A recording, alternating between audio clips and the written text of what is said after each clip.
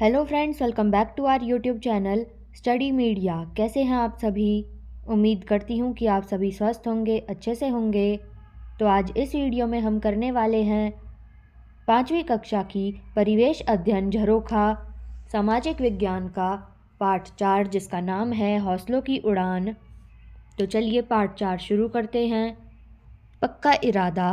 वहीदा बोल बोल कर अखबार पढ़ रही है। बेटियों ने रचा इतिहास।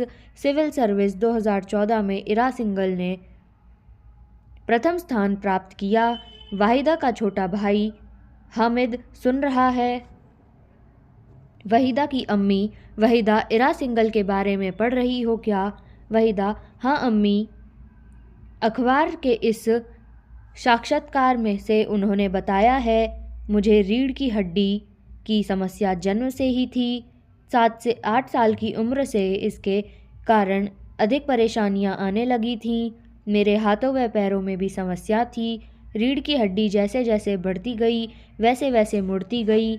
इसके लिए ब्रेस बांधी जाती जिससे रीढ़ की हड्डी सीधी हो जाती। इन समस्याओं के बावजूद मैंने कभी हार नहीं मानी। अम्मी, पढ़ाई के साथ साथ इरा और भी कोई शौक़ रखती है, जैसे डांस करना, एक्टिंग करना, थिएटर या यात्राएं करना। वहीदा, अम्मी, इतनी परेशानियों के होते हुए इरा का यहाँ तक पहुँचना बहुत मुश्किल रहा होगा। अम्मी, हाँ मुश्किल तो था ही। कुछ लोगों ने यहाँ तक भी कहा कि उसे विशेष आवश्यकताओं वाले बच्चों के स्कूल में ही पढ़ना चाहिए, लेकिन उसने हार नहीं मानी। इरा का कहना है कि हमें अपनी कमियों पर ध्यान न देकर अपनी खूबियों को बढ़ाना चाहिए। इतने में पूनम दीदी आ गईं। वे देख नहीं सकती, वे एक स्कूल में पढ़ाती हैं। हामिद, दीदी आज आपके स्कूल में छुट्टी है। दीदी, हाँ, तुम भी तो स्कूल नहीं गए। हामिद, दीदी, आप बिन देखे पढ़ाने का काम कैसे करती हैं? आपको कैसे पता चलता है कि कौन कौन बच्चे कौन सी कक्षा में हैं और कौन नहीं? दीदी, हामिद, हम लोग हर बच्चे को उसकी आवाज़ से पहचान लेते हैं। बच्चों को पढ़ाने के लिए मैं खुद भी पहले पढ़कर जाती हूँ। हामिद, खुद पढ़कर? वह कैसे? दीदी, मैं ब्रेल लिपि से पढ़ती हूँ तथा ऑडियो कैसेट और कंप्यूटर में एक विशेष प्रकार के सॉफ्टवेयर से सुनकर अपने विषय की तैयारी करती हूँ। वहीदा, दीदी, आप अपने कॉलेज में भी प्रथम स्थान पर आती थी ना? आप ब्रेल से पढ़ तो लेती हैं, पर परीक्षा कैसे देती हैं? दीदी, परीक्षा में लिखने के लिए हमें एक लेखक साथ ले जाने की अनुमति होती है। हम बोलते हैं और वह लिखता है। हामिद, दीदी, ब्रेल लिपि के बारे में कुछ बताओ ना? दीदी, लुई ब्रेल को इस लिपि का जनक माना जाता है। उनका जन्म 4 जनवरी 1809 में फ्रांस में हुआ था। बचपन में आंखों में चोट लगने से वे आंखों की रोशनी खो बैठे। अंध विद्यालय में शिक्षा ग्रहण करते समय लुक को पता चला कि सेना के कैप्टन बार्बर ने सेना के लिए ऐसी कूटलिपि का विकास किया जिसकी सहायता से वे अंधेरे में भी संदेशों को टटोल कर पढ़ सकते हैं। लुक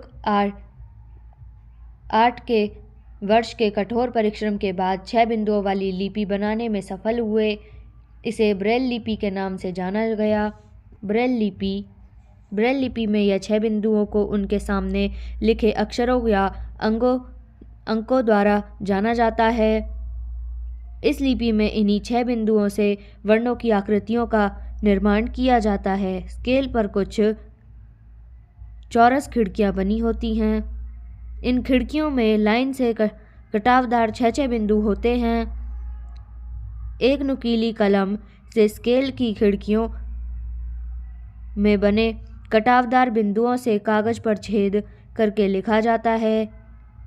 कागज में उल्टी तरफ उभरे हुए छेदों को शब्दों के रूप में छूकर पढ़ा जाता है। फिर है पता करो। अपने आसपास किसी ऐसे व्यक्ति के बारे में पता करो जिसने विशेष आवश्यकताओं के बावजूद कोई महत्वपूर्ण उपलब्धि प्राप्त की हो। तो हमारे पड़ोस में रहते हैं। फिर है सोचो और लिखो। प्रश्न 1, जो लोग ठीक से चल नहीं सकते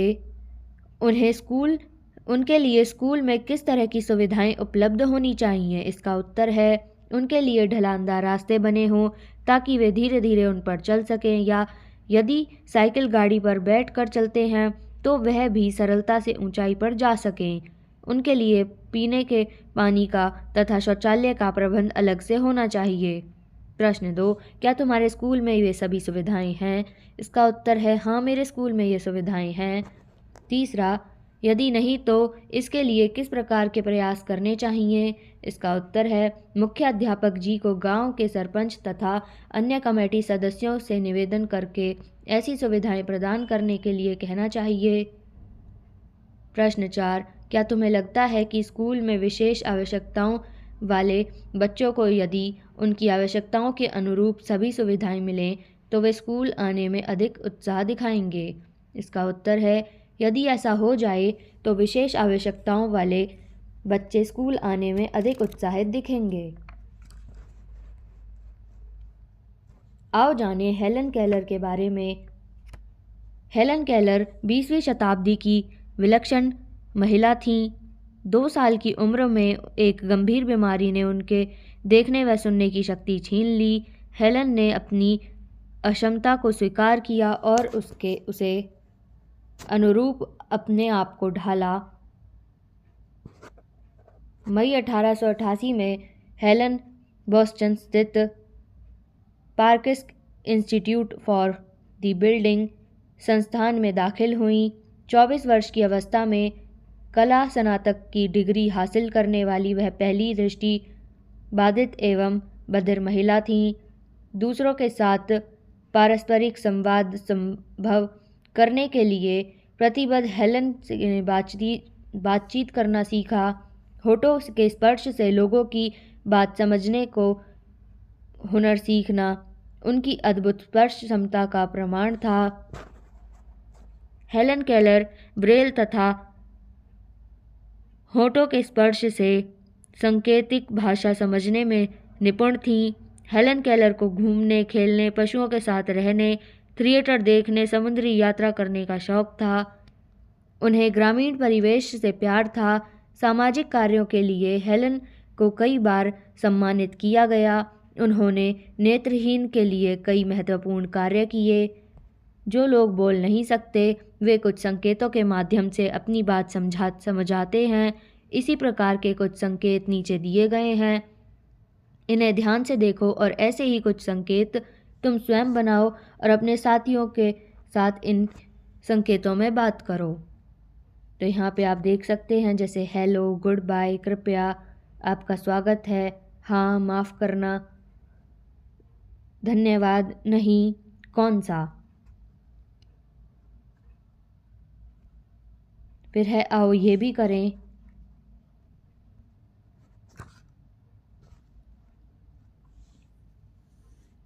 विशेष आवश्यकताओं वाले किन्हीं 5 व्यक्तियों के बारे में पुस्तकों, इंटरनेट आदि से पता लगाओ जिन्हें विशेष उपलब्धियां प्राप्त की हैं।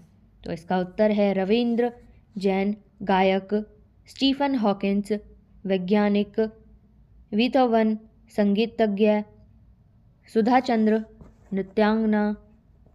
दूसरा, पता करो जो लोग बोल या सुन नहीं सकते वे दूसरों को अपनी बातें कैसे समझाते हैं। इसका उत्तर है वे इशारों में अपनी बात समझाते हैं। तीसरा, ऐसा करो हेलन केलर के बारे में और जानकारी प्राप्त करो। तो ये आप स्वयं करेंगे। स्कूल की लाइब्रेरी से कुछ महान व्यक्तियों की जीवनी संबंधी पुस्तकें लेकर पढ़ो। तो ये भी आप स्वयं करेंगे। फिर है आओ परखें क्या सीखा।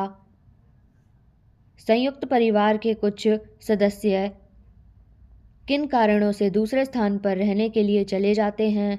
इसका उत्तर है वे आजीविका के लिए दूसरे स्थानों पर चले जाते हैं। कई बार संयुक्त परिवार में सदस्य अधिक होने के साथ कारण स्थान की कमी हो जाती है। कई बार कुछ सदस्यों की नौकरी में तबादला होने के कारण जाना पड़ता है। दूसरा, आस पड़ोस की स्वच्छता न रखने से कौन से बीमारियां हो सकती हैं। इसका उत्तर है आस पड़ोस की स्वच्छता न रखने से मलेरिया, डेंगू, पेट के रोग, हैजा आदि बीमारियां हो सकती हैं। फिर है प्रश्न 3, रिक्त स्थान भरो। जो लोग देख नहीं सकते वे ब्रेल लिपि से पढ़ते हैं। हेलन केलर पहली दृष्टिबाधित व बधिर स्नातक महिला थीं। ब्रेल लिपि में 6 बिंदु होते हैं। स्कोलियोसिस रीढ़ की हड्डी की एक समस्या है। ब्रेल लिपि के जनक लुई ब्रेल हैं। तो यहाँ पे वीडियो ख़त्म होती है। अगली वीडियो में मैं आपको पार्ट 5 ख़राब न होने दे करवाऊँगी। ये वीडियो आपको कैसी लगी मुझे कमेंट करके ज़रूर बताएं। वीडियो को लाइक करें, शेयर करें